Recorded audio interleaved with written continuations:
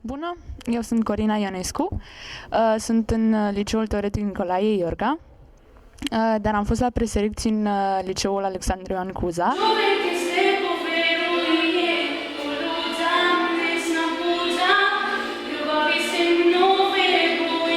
început muzica la vârsta de 5 ani, am început cu pianul, am absolvit 9 ani de pian.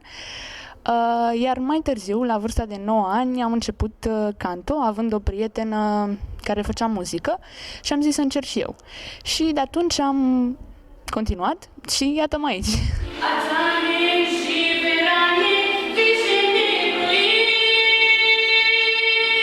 De concurs am aflat pe Facebook, aveam un prieten care a dat like și am zis să văd și eu despre ce e vorba.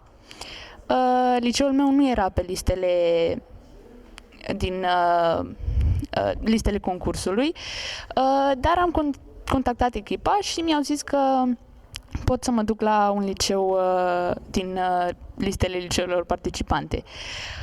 Acolo am ajuns, am cântat o piesă în sârbă.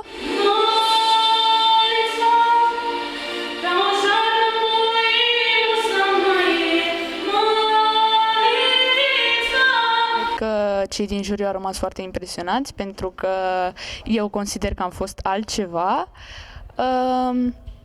iar pentru etapele viitoare eu sper din tot sufletul să ajung până în finală și pentru etapele viitoare vă pregătesc mari surprize. Mă numesc Corina și votați-mă!